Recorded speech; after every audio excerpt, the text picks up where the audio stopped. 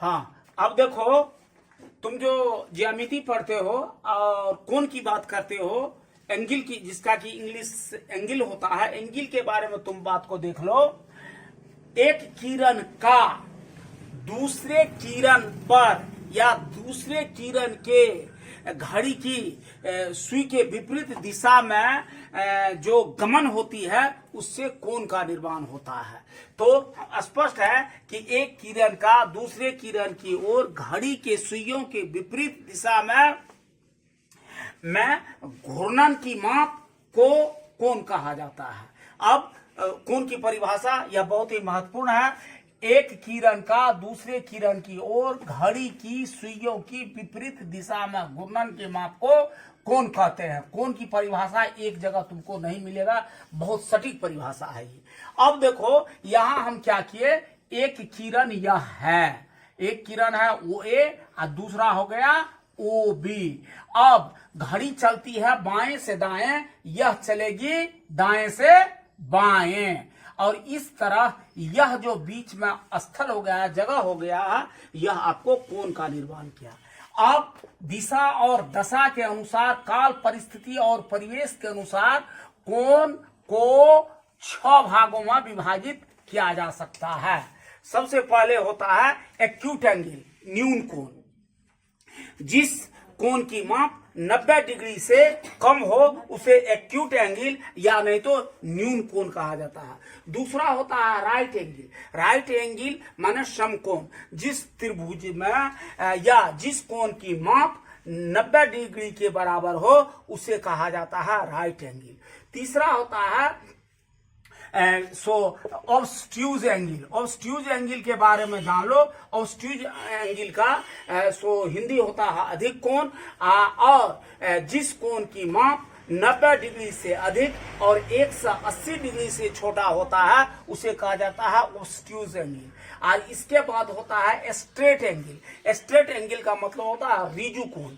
रिजु कोण की बात जब होती है, तुम यहां देखो, एक सीधी ओए रेखा है और विपरीत दिशा में, घड़ी के विपरीत दिशा में यह ऐसे चल रही है, और इस तरह से यह जो अर्धवृत्त के जैसे है, एक दूसरा कोण जो है सो निर्मित कर रहा है एक सीधी रेखा की दिशा दशा में, और यह अर्धवृत्त आकार का हो जाता है, और इसे कहा जाता है रिजु कोण या स्ट्रेट एंगल, जिसका की माप 180 डिग्री के बराबर होता है। और पांचवा होता है रिफ्लेक्स एंगल, पुनर्युक्त कोण।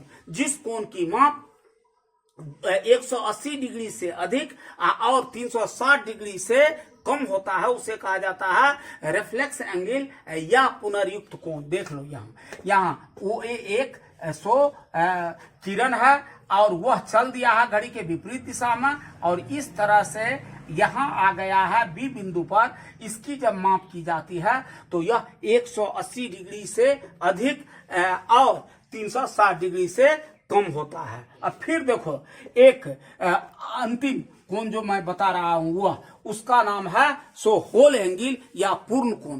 पूर्ण कोण जिस कोण की माप 360 डिग्री के बराबर हो उसे कहा जाता है होल एंगल। देख लो, यहाँ यह जो है ओ ए या घूर्णन करती हुई चारों दिशा में घूमती हुई इस तरह से अपने जगह पर आया और एकदम एक वृत्त का निर्माण कर दिया, और यह जाना जाता है किस चीज के नाम से? यह जाना जाता है पूर्ण कोण या होल एंगल के नाम से। इस तरह से स्पष्ट हो जाता है न्यून कोण। न्यून कोण कितना? 90 डिग्री से छोटा। 90 डिग्री का जो हो गया वह स्ट्रेट एंगल, समकोण।